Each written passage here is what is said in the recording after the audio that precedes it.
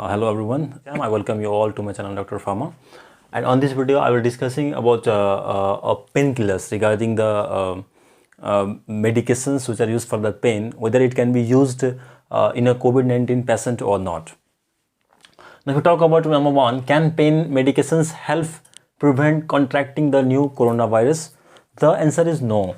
The pain medications will not prevent the contracting of new coronavirus, but of course it can reduce the symptoms. It will reduce or helps to decrease the relieve the symptoms. Remember that. So that is the first one. And the thing is that you can just take a preventive measures as how all of you are taking right now, like washing hands regularly with hand sanitizer, keeping a social distancing, and then wearing a mask as well as the gloves. So these are some of the preventing measures which you can take. Second is, can they treat COVID-19 disease?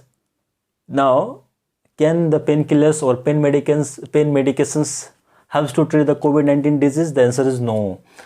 Till now, the CDC, that is Center for Disease Control and Prevention, do not suggest anything about painkillers that it can treat the COVID-19 disease. But of course, as I told you, it will help to reduce the symptoms or relieve the symptoms. Now, according to National Health Service, that is NHS, the NSAID, that is non-steroidal anti-inflammatory drugs, helps to reduce the inflammation as well as it can decrease the temperature. And the common OTC drug, you can say you can use ibuprofen and naproxen, aspirin, acetaminophen are helpful.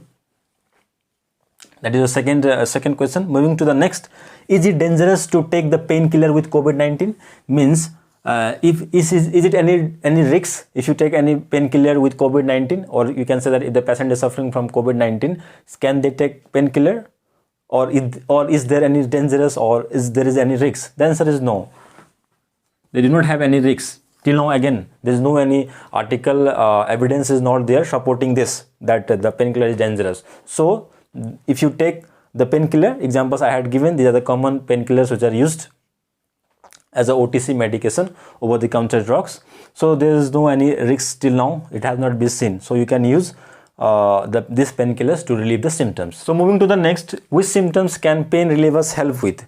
So you can say that what are the symptoms they can give relief to the COVID-19 patient. So it can be helpful in headache, or you can say fever, as well as body or muscle ache, or you can say sore throat, or you can say nausea. In that way, the painkillers can help to reduce those symptoms for COVID patient. When to see a doctor? So when it is necessary to talk with your healthcare professional or doctor, when you are having a severe symptoms, like if you are having a difficulty in breathing, if you are having a persistent chest pain as well as cough, if you are having a bluish tint to the face or the lips, if you are unable to stay awake or wake up, and if you nowadays you know that there are some common symptoms. You can see you have loss of taste as well as loss of smell. That is due to the decrease in the partial pressure of oxygen. You may have to seek a healthcare professional or take advice for a healthcare professional. Okay. So in this way, you can say that the painkillers cannot help to treat the disease, COVID-19 disease, but it is helping in relieving the symptoms to the COVID-19 patient.